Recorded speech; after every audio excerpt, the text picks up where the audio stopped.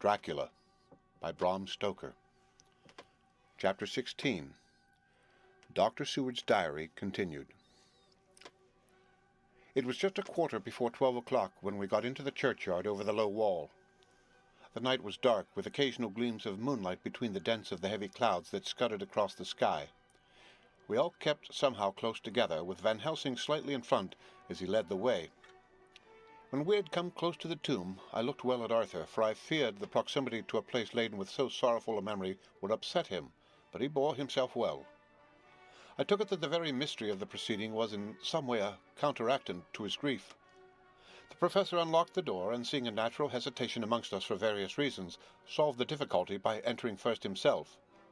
The rest of us followed, and he closed the door. He then lit a dark lantern and pointed to a coffin. Arthur stepped forward hesitatingly.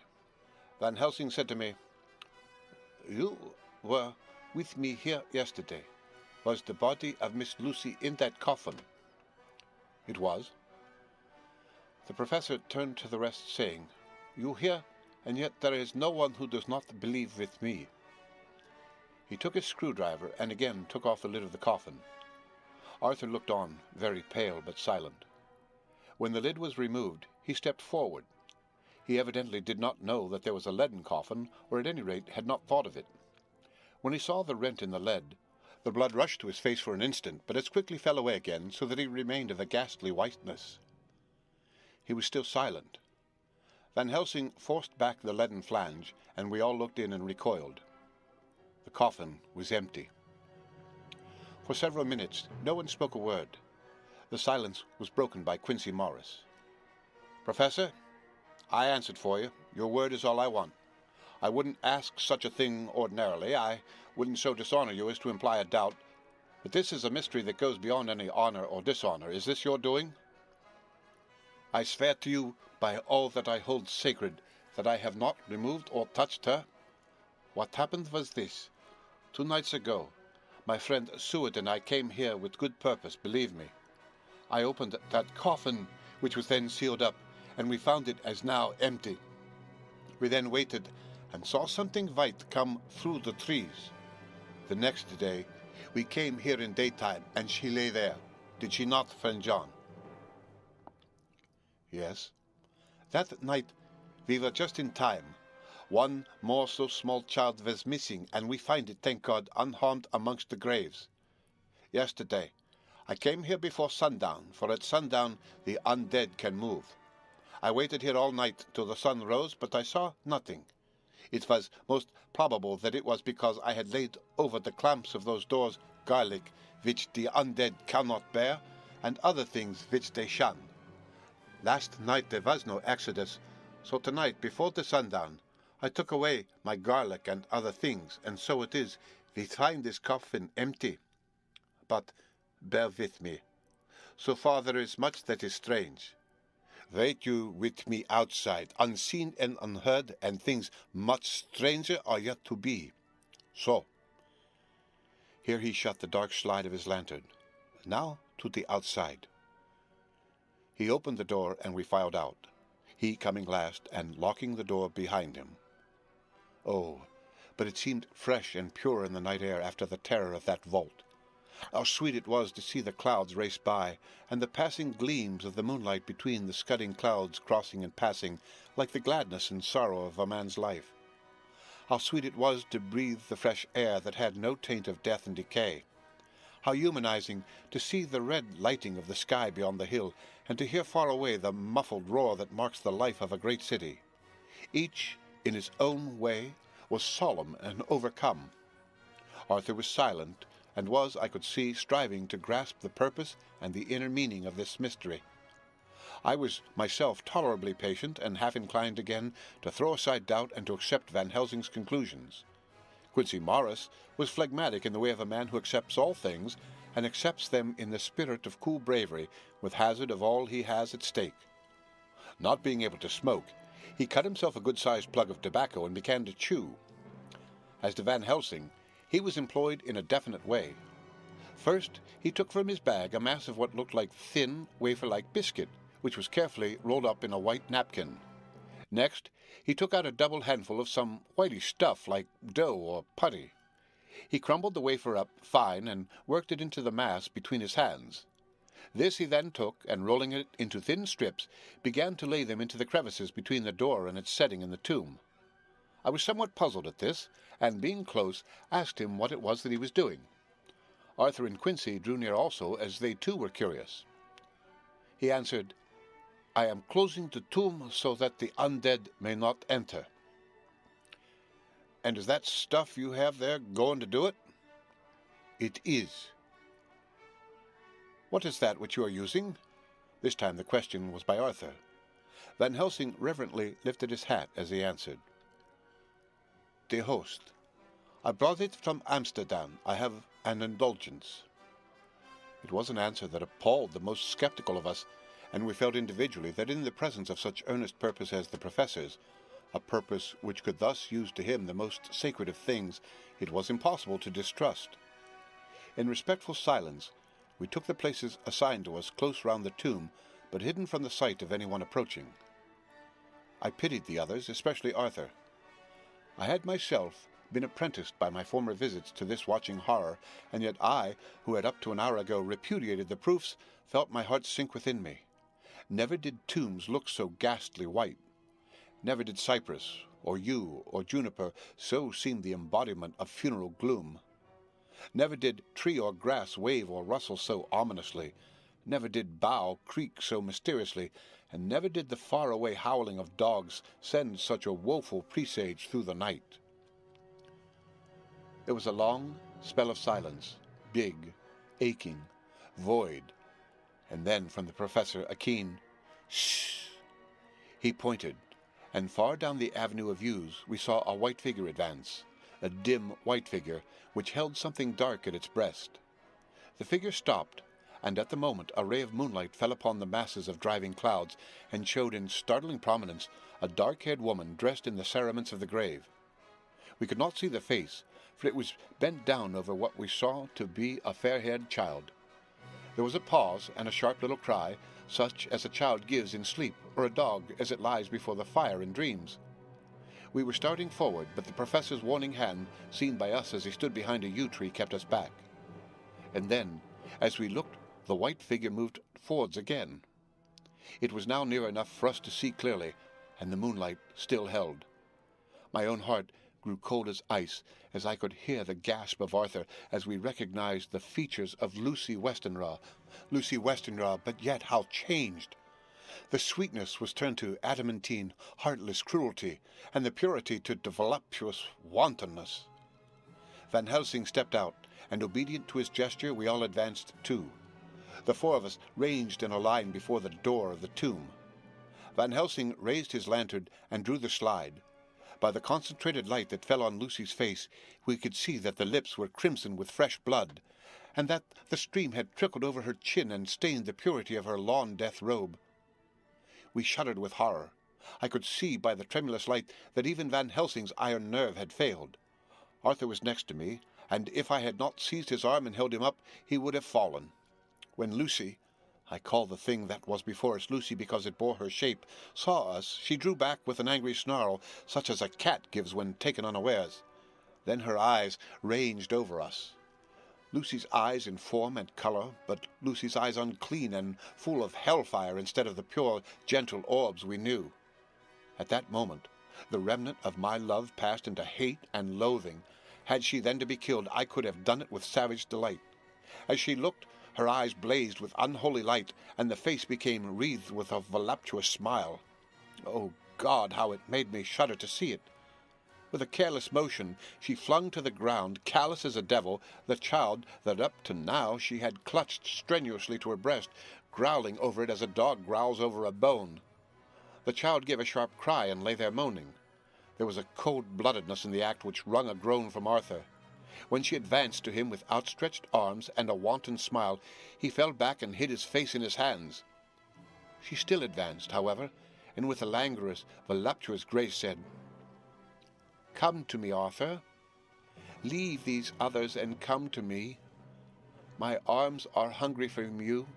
Come, and we can rest together. Come, my husband, come."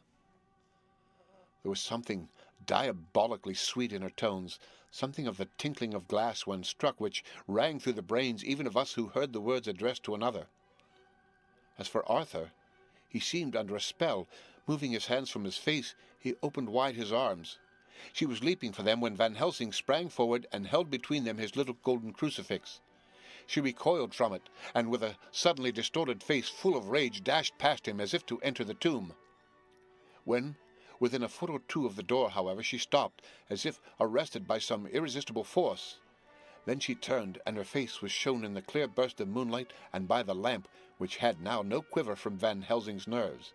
Never did I see such baffled malice on a face, and never, I trust, shall such ever be again seen by mortal eyes.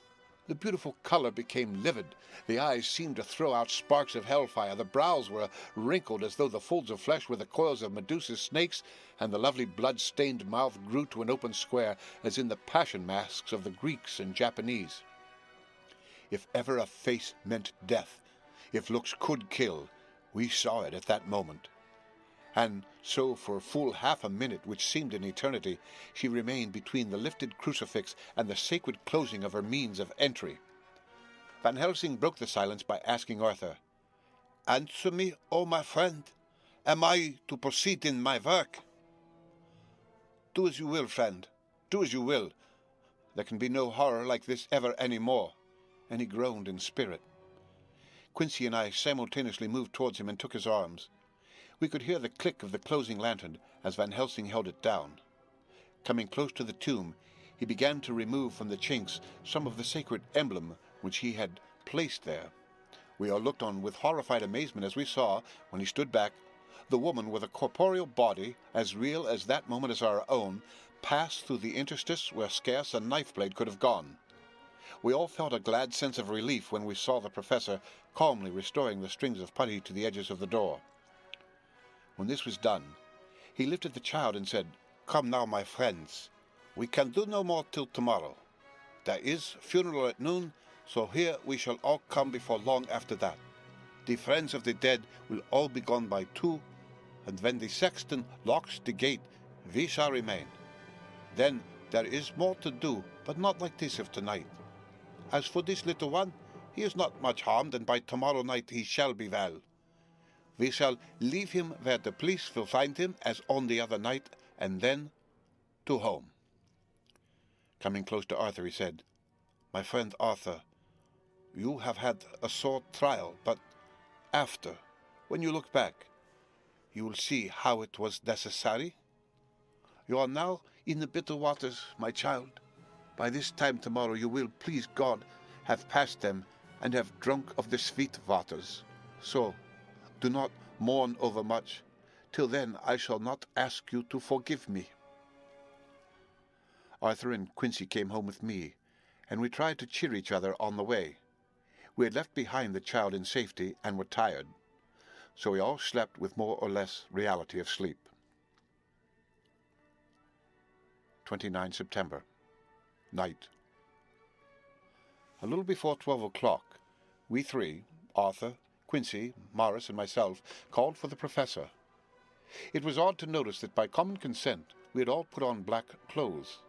Of course Arthur wore black, for he was in deep mourning, but the rest of us wore it by instinct. We got to the graveyard by 1:30 and strolled about, keeping out of official observation, so that when the gravediggers had completed their task, and the sexton, under the belief that everyone had gone, had locked the gate, we had the place all to ourselves. Van Helsing, instead of his little black bag, had with him a long leather one, something like a cricketing bag. It was manifestly of fair weight. When we were alone, and had heard the last of the footsteps die out of the road, we silently, and as if by ordered intention, followed the professor to the tomb. He unlocked the door, and we entered, closing it behind us. Then he took from his bag the lantern, which he lit, and also 2 wax candles, which, when lighted, he stuck by melting their own ends on other coffins, so that they might give light sufficient to work by. When he again lifted the lid off Lucy's coffin, we all looked. Arthur, trembling like an aspen, and saw that the corpse lay there in all its death beauty. But there was no love in my own heart, nothing but loathing for the foul thing which had taken Lucy's shape without her soul. I could see even Arthur's face grow hard as he looked. Presently he said to Van Helsing, "Is this really Lucy's body, or only a demon in her shape?" "It is her body, and yet not it. But wait a while, and you shall see her as she was and is." She seemed like a nightmare of Lucy as she lay there, the pointed teeth, the blood-stained voluptuous mouth which made one shudder to see, the whole carnal and unspirited appearance seeming like a devilish mockery of Lucy's sweet purity. Van Helsing, with his usual methodicalness, began taking the various contents from his bag and placing them ready for use. First he took out a soldering iron and some plumbing solder, and then small oil lamp, which gave out, when lit in a corner of the tomb, gas which burned at a fierce heat with a blue flame, then his operating knives, which he placed to hand, and last a round wooden stake some 2½ or 3 inches thick and about 3 feet long. On one end it was hardened by charring in the fire and was sharpened to a fine point. With this stake came a heavy hammer, such as in households is used in the coal cellar for breaking the lumps. To me, a doctor's preparations for work of any kind are stimulating and bracing, but the effect of these things on both Arthur and Quincy was to cause them a sort of consternation. They both, however, kept their courage and remained silent and quiet. When all was ready, Van Helsing said, "Before we do anything, let me tell you this. It is out of the lore and experience of the ancients and of all those who have studied the powers of the undead. When they become such, there comes with the change the curse of immortality. They cannot die, but must go on, age after age, adding new victims and multiplying the evils of the world. For all that die from the preying of the undead become themselves undead and prey on their kind, and so the circle goes on ever widening, like as the ripples from a stone thrown in the water. Friend Arthur, if you had met that kiss which you know of before Lucy died, or again last night when you opened your arms to her, you would in time, when you had died, have become Nosferatu, as they call it in Eastern Europe, and would for all time make more of those undeads that so have filled us with horror. The career of this so unhappy dear lady is but just begun. Those children whose blood she sucked are not as yet so much the worse, but if she lives on undead, more and more they lose their blood, and by her power over them they come to her, and so she draw their blood with that so wicked mouth. But if she die, in truth, then all cease. The tiny wounds of the throats disappear, and they go back to their play, unknowing ever of what has been. But of the most blessed of all, when this now undead be made to rest as true dead, then the soul of the poor lady whom we love shall again be free. Instead of working wickedness by night, and growing more debased on the assimilating of it by day, she shall take her place with the other angels, so that, my friend, it will be a blessed hand for her that shall strike the blow that sets her free. To this I am willing, but is there none amongst us who has a better right? Will it be no joy to think of hereafter in the silence of the night when sleep is not? It was my hand that sent her to the stars. It was the hand of him that loved her best, the hand that of all she would herself have chosen, had it been to her to choose. Tell me if there be such a one amongst us." We all looked at Arthur. He saw, too, what we all did, the infinite kindness which suggested that his should be the hand which would restore Lucy to us as a holy and not an unholy memory. He stepped forward and said bravely, though his hand trembled, and his face was as pale as snow, "My true friend, from the bottom of my broken heart, I thank you. Tell me what I am to do, and I shall not falter." Van Helsing laid a hand on his shoulder and said, "Brave lad, a moment's courage, and it is done. This stake must be driven through her. It will be a fearful ordeal, be not deceived in that. But it will be only a short time, and you will then rejoice more than your pain was great. From this grim tomb you will emerge as though you tread on air. but you must not falter when once you have begun. Only think that we, your true friends, are around you, and that we pray for you all the time." "Go on," said Arthur hoarsely. "Tell me what I am to do." "Take this stake in your left hand, ready to place to the point over the heart, and the hammer in your right. Then, when we begin our prayer for the dead, I shall read him. I have here the book, and the others shall follow. Strike in God's name, that so all may be well with the dead that we love, and that the undead pass away." Arthur took the stake and the hammer, and when once his mind was set on action, his hands never trembled, nor even quivered. Van Helsing opened his missal and began to read, and Quincy and I followed as well as we could. Arthur placed the point over the heart, and as I looked I could see its dint in the white flesh. Then he struck with all his might. The thing in the coffin writhed, and a hideous, blood-curdling screech came from the opened red lips. The body shook and quivered and twisted in wild contortions. The sharp white teeth champed together till the lips were cut and the mouth was smeared with a crimson foam. But Arthur never faltered. He looked like a figure of Thor as his untrembling arm rose and fell, driving deeper and deeper the mercy-bearing stake, whilst the blood from the pierced heart welled and spurted up around it. His face was set, and high duty seemed to shine through it. The sight of it gave us courage, so that our voices seemed to ring through the little vault. And then the writhing and quivering of the body became less, and the teeth seemed to champ, and the face to quiver. Finally, it lay still. The terrible task was over. The hammer fell from Arthur's hand. He reeled, and would have fallen had we not caught him. The great drops of sweat sprang from his forehead, and his teeth came in broken gasps. It had indeed been an awful strain on him, and had he not been forced to his task by more than human considerations, he could never have gone through with it. For a few minutes we were so taken up with him that we did not look towards the coffin. When we did, however, a murmur of startled surprise ran from one to the other of us. We gazed so eagerly that Arthur rose, for he had been seated on the ground, and came and looked too, and then a glad, strange light broke over his face and dispelled altogether the gloom of horror that lay upon it. There in the coffin lay no longer the foul thing that we had so dreaded and groaned to hate, that the work of her destruction was yielded as a privilege to the one best entitled to it, but Lucy, as we had seen her in life, with her face of unequalled sweetness and purity. True that there were as we had seen them in life, the traces of care and pain and waste, but these were all dear to us, for they marked her truth to what we knew. One and all we felt that the holy calm that lay like sunshine over the wasted face and form was only an earthly token and symbol of the calm that was to reign forever. Van Helsing came and laid his hand on Arthur's shoulder and said to him, "And now, Arthur, my friend, dear lad, am I not forgiven?" The reaction of the terrible strain came as he took the old man's hand in his, and raising it to his lips, pressed it and said, "Forgiven?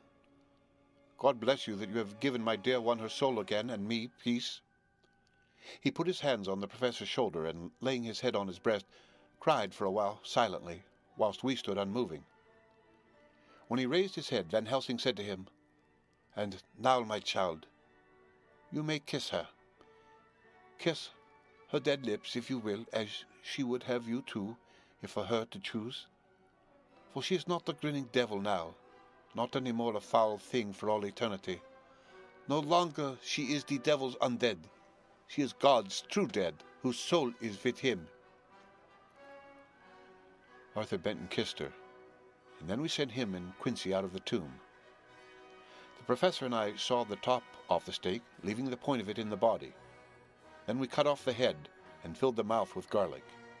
We started up the leaden coffin, screwed on the coffin lid, and gathering up our belongings, came away.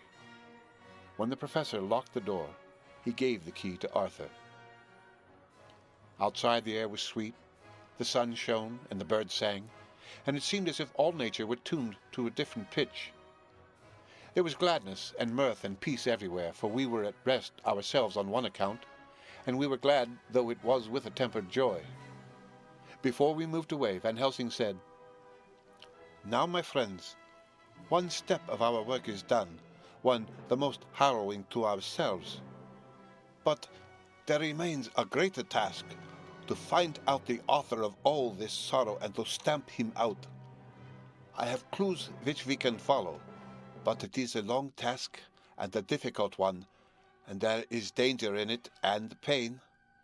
Shall you not all help me? We have learned to believe, all of us, is it not so?